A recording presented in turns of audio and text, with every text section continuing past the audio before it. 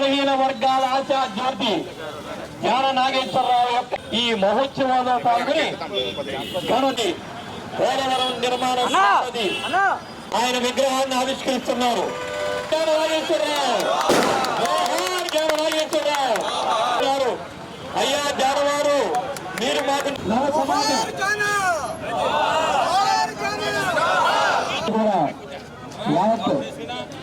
పాలకులు ప్రజల తరఫున ధన్యవాదాలు.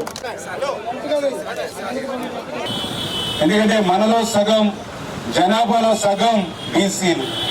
అటువంటి బీసీలు అభివృద్ధి చెందితేనే ఈ ప్రాంతం ఈ రాష్ట్రం అభివృద్ధి చెందుతుందనేటువంటి ఆలోచనతో ఈరోజు ఎన్డీఏ ప్రభుత్వం పనిచేస్తూ ఉంది ఇవాళ ఈ రాష్ట్రంలో కేంద్రంలో.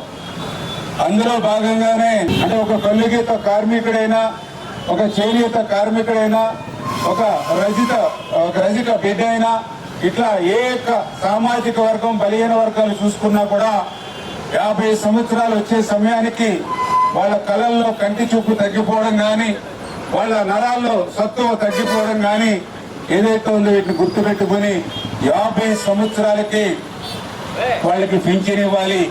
50 సంవత్సరాలకి పింఛన్ అంటే ఈవేళ నెలకి 4,000 రూపాయలు, సంవత్సరానికి ఈవేళ 48,000 రూపాయలు. అంటే 60 సంవత్సరాల నుంచి 50 సంవత్సరాలు తగ్గించడం వల్ల 10 సంవత్సరాలు ముందుకు రావడంతో 10 × 48 అంటే 4,80,000 రూపాయలు ఒక్కొక్క బీసీ బిడ్డకు ఇవాళ ఎన్డీఏ ప్రభుత్వం ద్వారా ఇవ్వాలనేటువంటి ఆలోచన.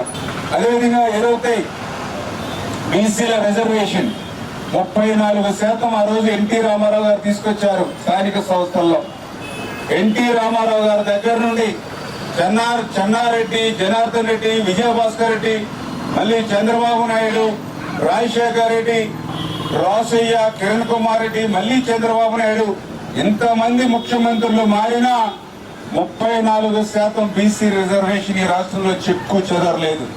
కానీ జగన్మోహన్ రెడ్డి వచ్చిన తర్వాత మాత్రమే ఆ 34% రిజర్వేషన్ 24%కి తగ్గిపోయి ఇవాళ 16,000 పోస్టులు మొన్న స్థానిక సంస్థల్లో బీసీలు నష్టపోయినటువంటి పరిస్థితి.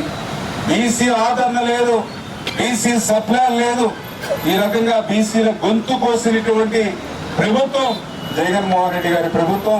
అందుకే ఈరోజు మరి జ్యోతిరావు పూలే గారి దగ్గర నుండి మన పాలకుల బిడ్డ జానా నాగేశ్వరరావు గారి వరకు కూడా మరి మేము స్ఫూర్తిగా తీసుకుని వాళ్ళ ఆశయ సాధన కోసం పనిచేస్తూ